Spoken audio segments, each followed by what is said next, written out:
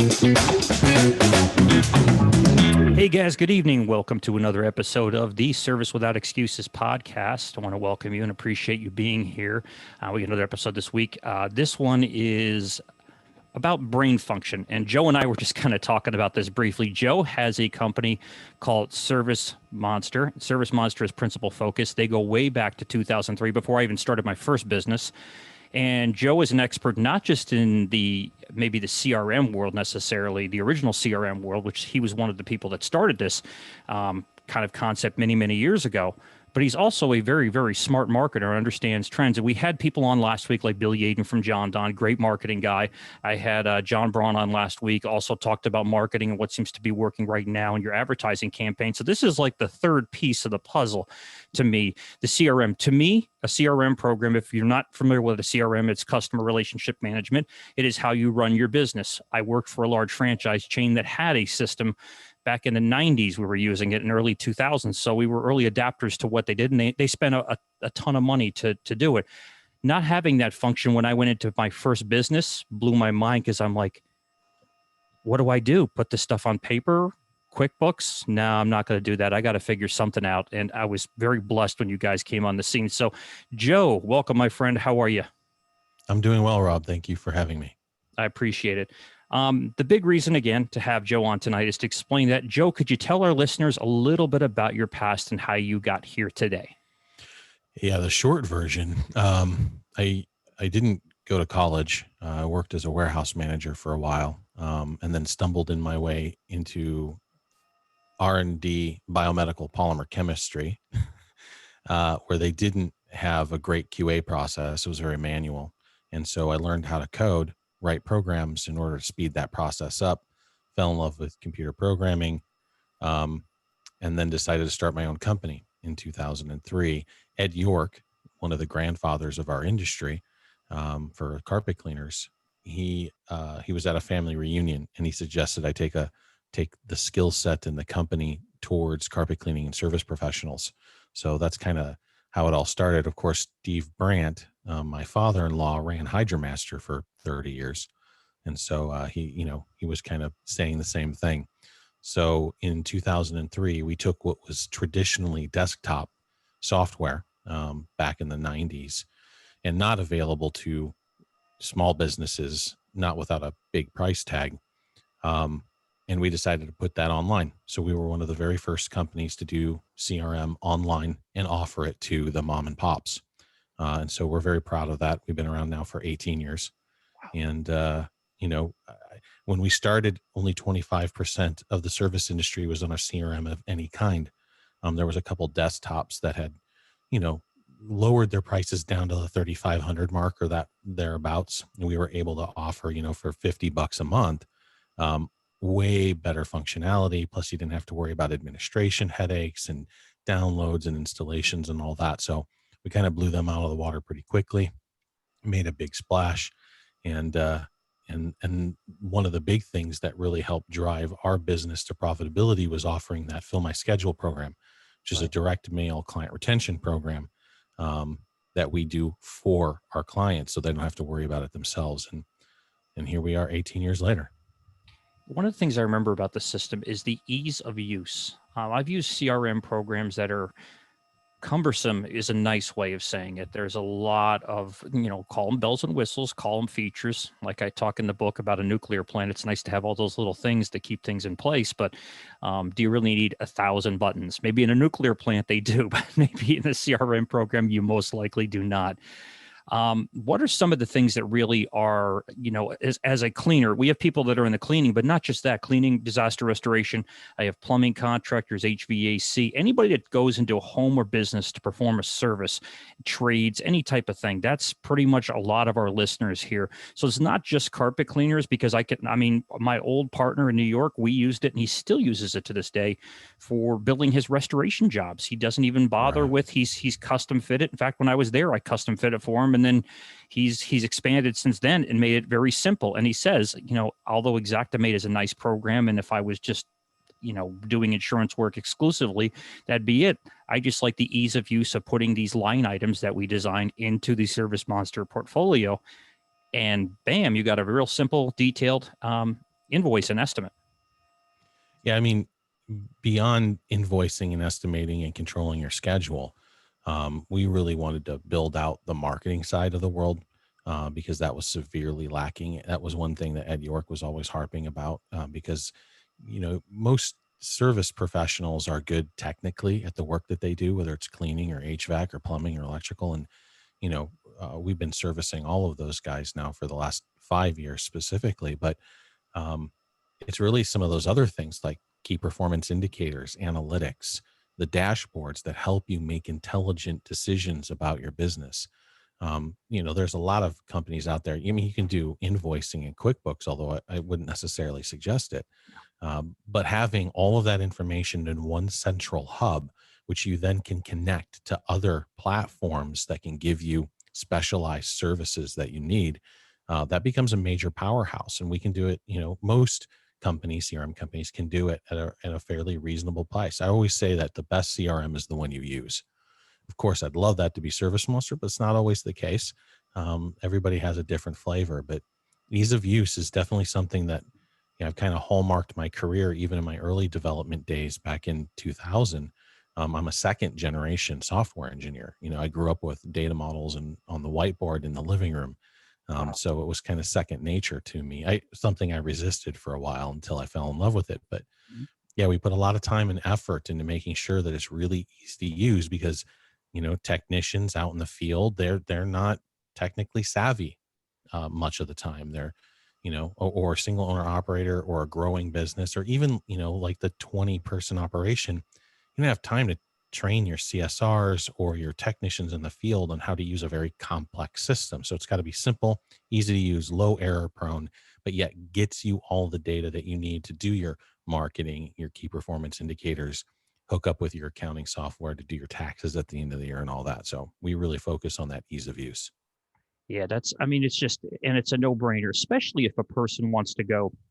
I tell this story a lot. I came from a multi-truck company doing a few $1 million a year. So we had multiple trucks. We had a CRM program.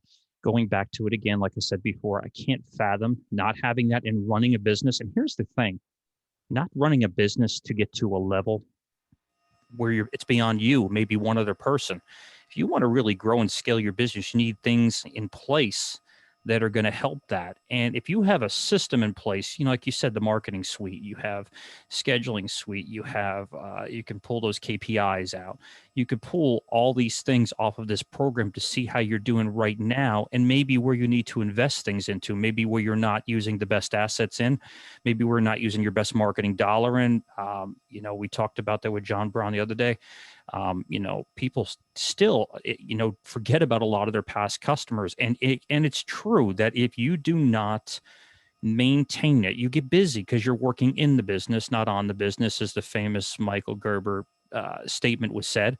But it's true. And everybody, no matter who they are, gets focused on the task at hand. I don't care if you're good at 4 or 5 tasks. I'm good at 4 or 5 tasks. Here's the problem. I find out at the end of the day that 4 of them weren't done correctly and 1 was probably done right, because I focused all my time and energy on saying, oh, I can look over this from a topical view. You need something else in there that's automating your program and your system. And what I want to get into a little bit more is the marketing side of the business. Since you brought that up a couple of times, yes, there's different programs that can track scheduling, KPIs, and things like that. But what are some of the features and I'm a big fan of marketing, and God knows I had to learn it, because when I started my first business, I knew the technical side. I knew how to spend money from the standpoint of running a large truck operation, multi-truck company, but I didn't know how to market. So personally, for me, as a testimonial, having that fill my schedule back then to just put your list in and mail out the postcards to people, don't discount it. Postcards to your current and past customers is crucial. I'm not talking about postcards to the general neighborhood when they get 800 different postcards. So forget that. That's not what we're talking about here. We're not talking about, the circular file where the 80 postcards that come to you, put in thing. We're talking about people that you have a relationship with. So let's go into detail about how some of that marketing suite works on the CRM program itself on ServiceMonster. Yeah. So 50% of our application is dedicated to marketing. Most CRM programs don't even come close. They have maybe lead source in the account field. We've got lead source tracking, of course, on the accounts, but we also have it on the orders, which is pretty unique. And the reason why we do that is because I know service providers grow. The only way to grow is through repeat business. Your margins are better. Your marketing cost is much more reduced. It's, when you chase your tail to get a prospect in and you go in and do the job and they're happy and they pay you and you're happy and you walk away and that's the end of the story, you're really doing yourself a disservice. And so it's that repeat rate that's critical to a business to grow it to, that $2 million mark. Um, I do want to separate, the cleaning side of the equation from the HVAC, plumbing, and electrical. I kid that the HVAC, plumbing, and electrical, they are victims of their own success because their average invoices are so high. Right. It's not that tough to add staff and get off the truck. If you're in the cleaning side of the world, pressure washing, window cleaning, carpet cleaning, maid services, janitorial, much more difficult because the invoices are so low. So it's often that the owner operators who grow a business on the cleaning side of the world are better business people because they're forced into it. And so that client retention is critical. So Fill My Schedule was, a way for us to say, holy shit, we have their data. And so we can do a lot of the marketing for them in their client retention efforts. And that's turned into automation of not only direct mail, but SMS or texting and email as well. But, what we find is, and it's not a postcard, it's a tent card in an envelope with a stamp, a real for real physical stamp. I remember, yes. Yeah, 800% nationwide ROI. We send out 50 to 80,000 cards a month out of my little facility, still to this day. And so that's a major player. And the difference between somebody with, let's say, a 30% repeat rate and a 65% repeat rate is a difference between a company that's completely stuck at 250,000 a year and a company that'll be $1 million business in 6 to 8 years. Right. And all else being equal, average invoice, average lead acquisition costs, leads per month, reservice. I mean, everything else being equal, if the only number that you tweak is repeat rate, it's going to put you on that trajectory of a much more powerful and more growth driven business. So that's why we really focused on marketing. I'm a big marketing fan. I've been a marketer for a long time. And I've been a sales guy way before I was ever slinging code. And so I knew that had to be a big part of it.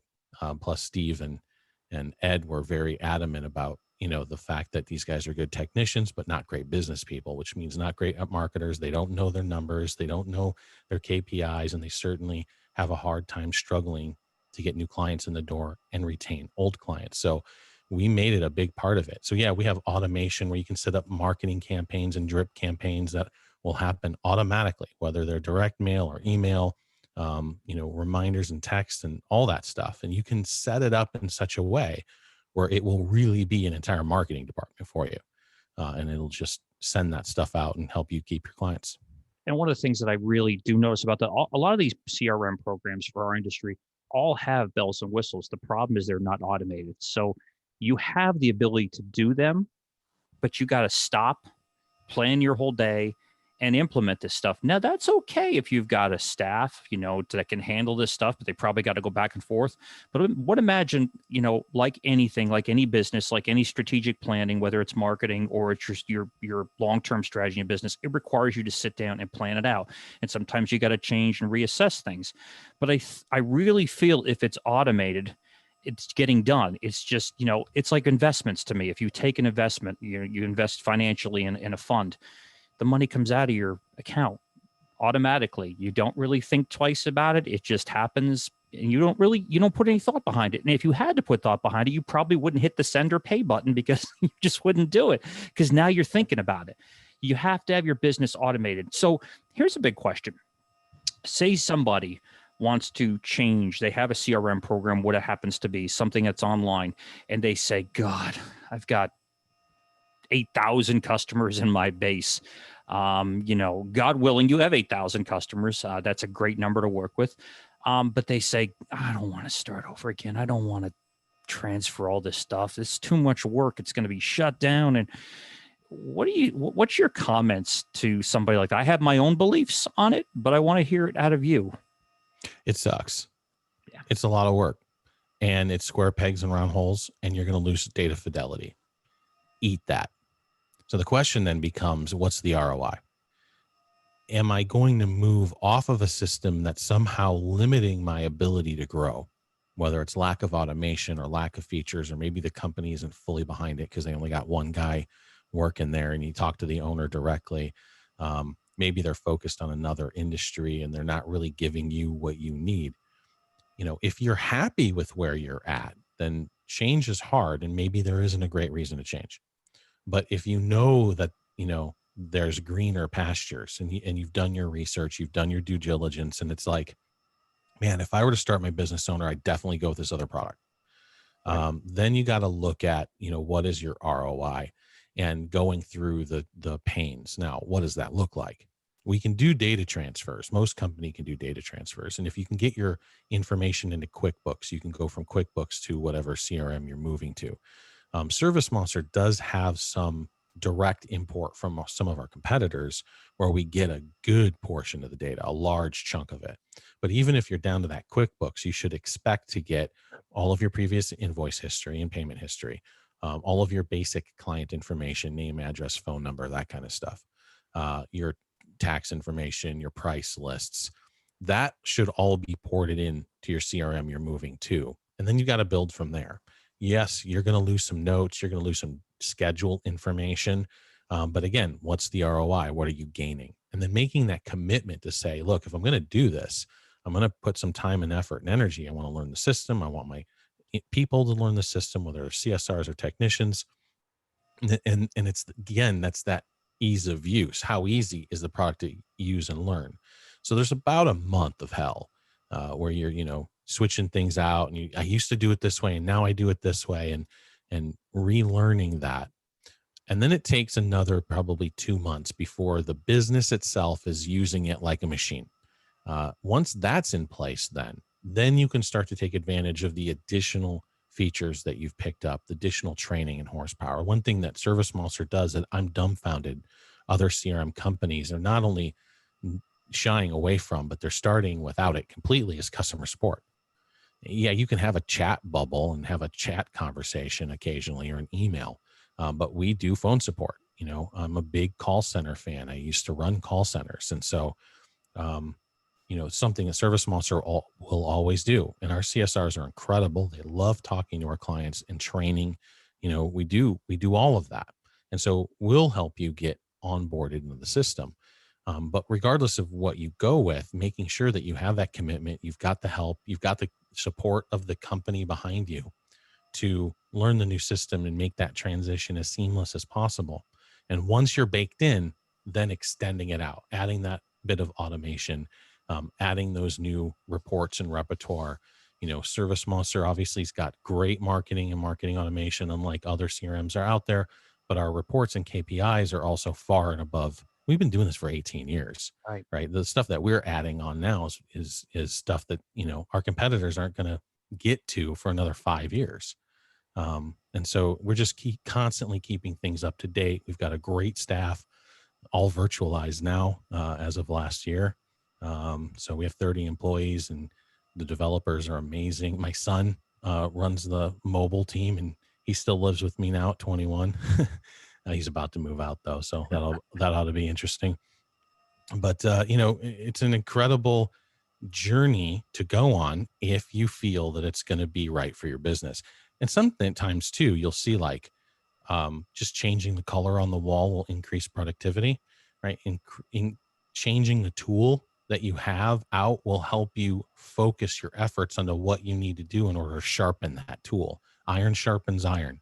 And so if you're focused on it, that's that, like you said, if that's where your attention is, that's what's going to get the benefit of your business. And doing something that's as core as to the brain of your operations, in focusing on that, improving that, honing that down, that's just going to be a game changer for you. Think about something else too, as well, that was brought up to me, and it wasn't talking about this particular industry or product, but it was brought to me that you buy something inexpensive, a program, no matter what it is, whether it's online or it's, to download to your hard drive, what happens to be, and it happens to fail. Is that program still going to be around?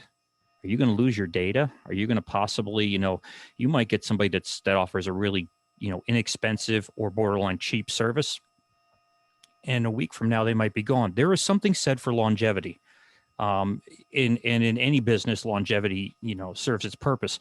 I'm a big investor in Amazon, and I've been a fan of Jeff Bezos for a long time. That sometimes drives my small business friends crazy, but I believe success is success.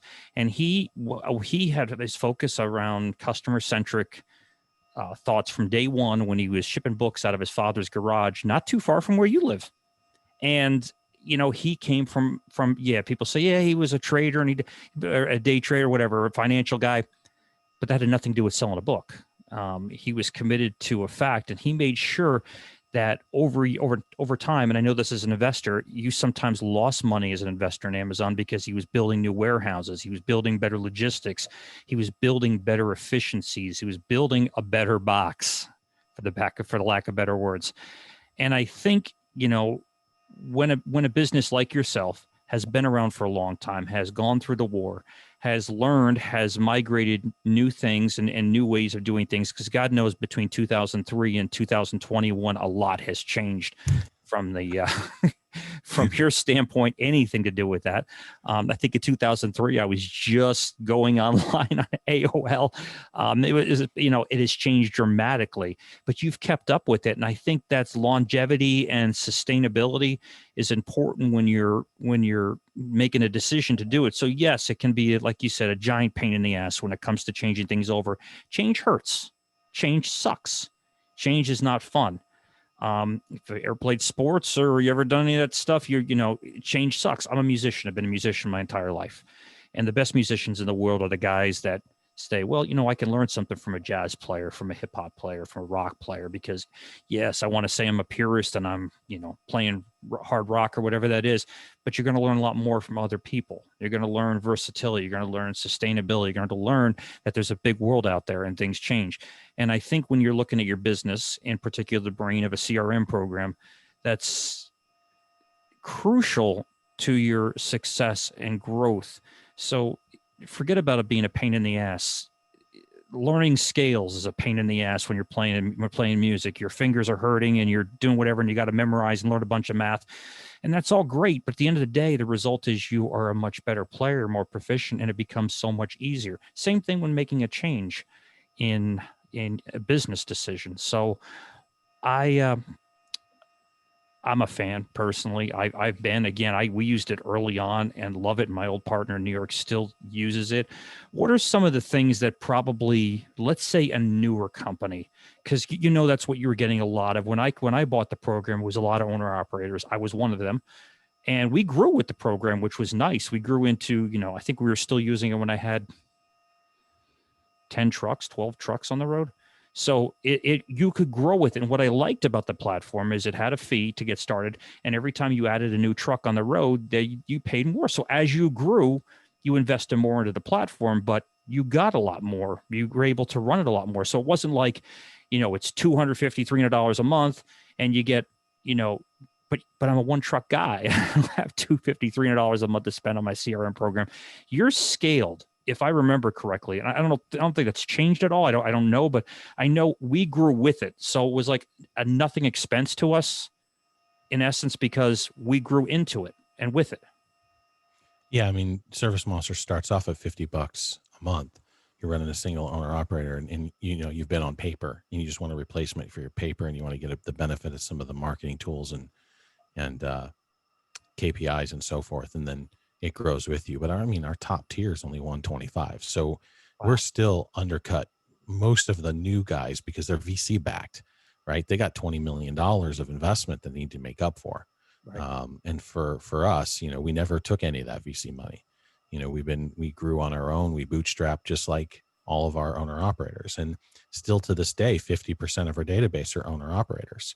Wow. But, in the cleaning side of the world, less than 6% of all businesses are over $1 million earners, right? But we have some companies like HVAC and plumbing that run 100 plus routes, right? And doing dispatch and all kinds of stuff. So yeah, it does grow with your business. But I like to say that it actually the engine that helps you provide the growth for your business as well. Again, it's that client retention focus. It's making intelligent business decisions, and forcing you to look at things in a process oriented kind of way, uh, that will help you systematize, right? Like the E-Myth, like you mentioned, Gerber.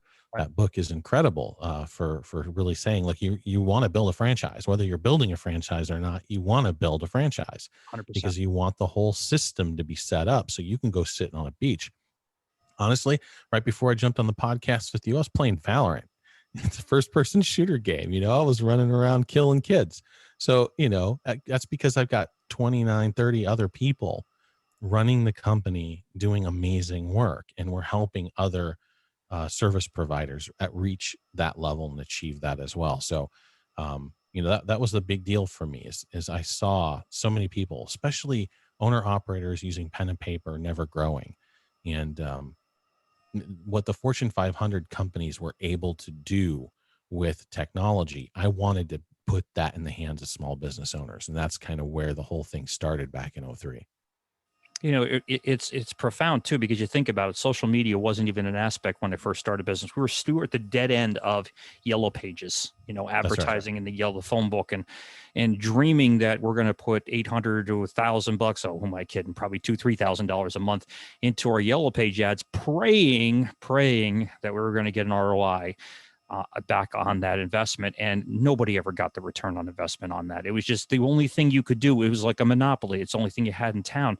Social media. And I say that when people start a business today, and I started this most recent one about 2.5 years ago, completely driven on content, pictures, content, video, every day, 6 days a week, Facebook, Instagram, content. No other budget, no other marketing thing other than maybe some Facebook. And actually, when I would run a Facebook ad, it was, well, I got some good interaction. I got a good engagement, is the word, between the posts that I put out. So let me run an ad. Let's put $30-$50 behind it. Boom. Okay, let's keep running it. Let's run it till the juice is out of it. That's a business. And if you have tools in your place so you can have fun like that in your marketing, and be smart and test things and analyze it, and have this stuff taken care of, automated for you automatically, no pun on words, you can fry bigger fish, as the term goes. You can be out there and really grow and look at the business from a big picture.